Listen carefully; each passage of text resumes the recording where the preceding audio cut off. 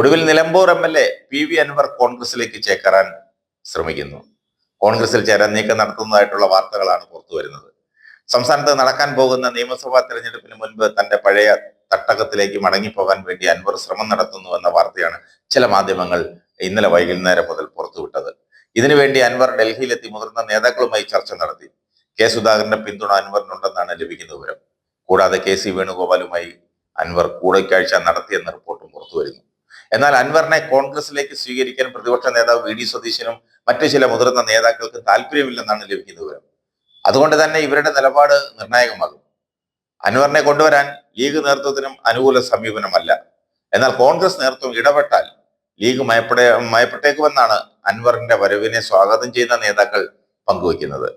അൻവറിനെ DMK തള്ളിയതോടെ തൃണമൂൽ കോൺഗ്രസുമായും SP-യുമായും ചർച്ച നടത്തിയിരുന്നു. എന്നാൽ ഇതൊന്നും വിജയിക്കാത്ത സാഹചര്യം ഉടലെടുത്തതോടെയാണ് കോൺഗ്രസിലേക്ക് തന്നെ മടങ്ങി വരാൻ ശ്രമം നടത്തുന്നത്.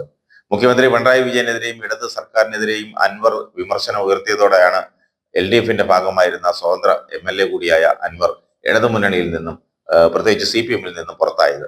പിന്നാലെ democratic movement of Kerala DMK എന്ന സംഘടന രൂപീകരിച്ചു. അടുത്തിടെ നടന്ന ഉപതെരഞ്ഞെടുപ്പിൽ അൻവർ ശക്തി കാണിക്കാൻ ശ്രമിച്ചു. ചേലക്കരയിൽ സ്ഥാനാർത്ഥിയെ നിർത്തിയ അൻവർ പാലക്കാട്ടും വയനാട്ടും UDF-ന് പിന്തുണ നൽകുകയും ചെയ്തു. KPCC മുൻ ജനറൽ സെക്രട്ടറി NK സുധീറാണ് സ്വതന്ത്ര സ്ഥാനാർത്ഥിയായി ചേലക്കരയിൽ മത്സരിച്ചത്. 4000-ഓളം വോട്ടുകളാണ് സുധീർ സ്വന്തമാക്കിയത്.